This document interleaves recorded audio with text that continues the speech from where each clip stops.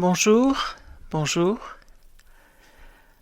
L'âme d'un enfant ne connaît ni frontières ni drapeaux. Nous devons offrir à nos enfants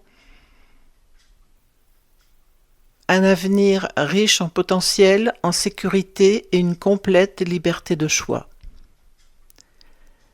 Un monde où les rêves se réaliseront plutôt que d'être anéantis par la guerre. Beaucoup de choses se sont passées depuis que le président Poutine a reçu ma lettre, en août dernier.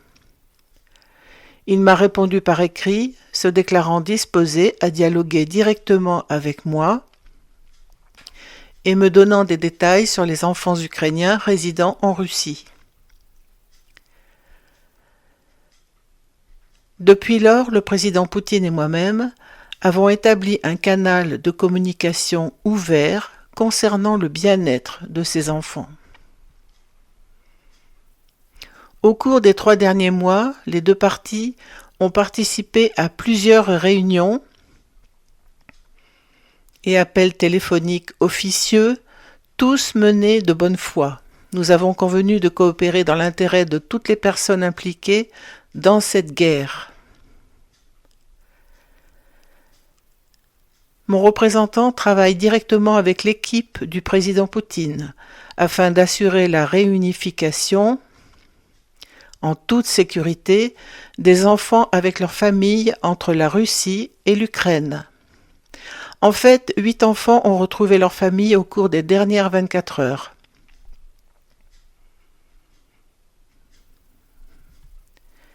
Chaque enfant a vécu dans la tourmente à cause de la guerre en Ukraine. 3 d'entre eux ont été séparés de leurs parents et déplacés vers la Fédération de Russie en raison des combats sur le front.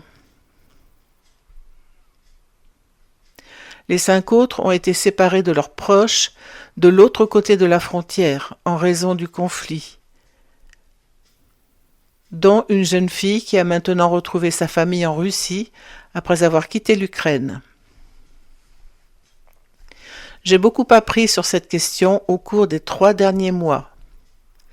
La Russie s'est montrée disposée à divulguer des informations objectives et détaillées reflétant la situation actuelle. La Fédération de Russie a fourni les biographies et les photographies de chaque enfant concerné par la réunification de cette semaine, ainsi qu'un aperçu des services sociaux, médicaux et psychologiques offerts aux enfants ukrainiens.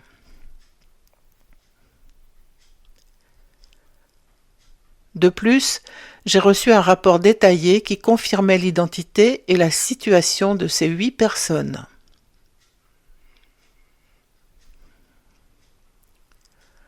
Le gouvernement américain confirme l'exactitude des faits contenus dans ces documents.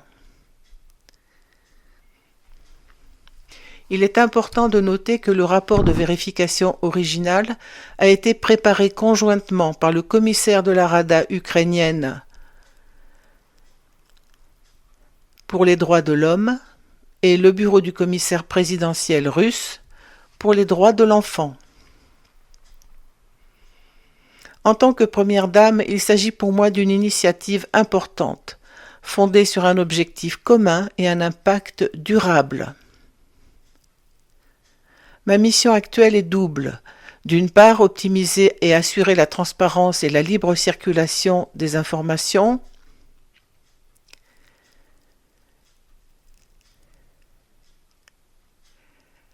Relatives à la santé de tous les enfants victimes de cette guerre et d'autre part, faciliter le regroupement régulier des enfants avec leurs familles, jusqu'à ce que chacun d'entre eux puisse rentrer chez lui.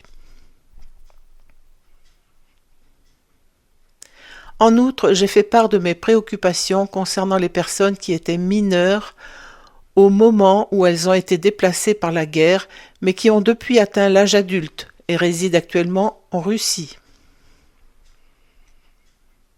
Compte tenu des dangers liés à la traversée de cette région déchirée par la guerre, leur retour en toute sécurité nécessite une aide coordonnée.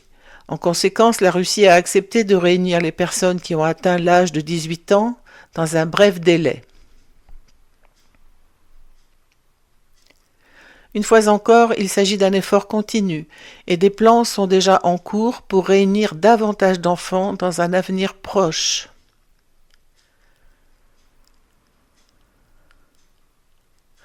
J'espère que la paix viendra bientôt. Elle peut commencer avec nos enfants. Merci.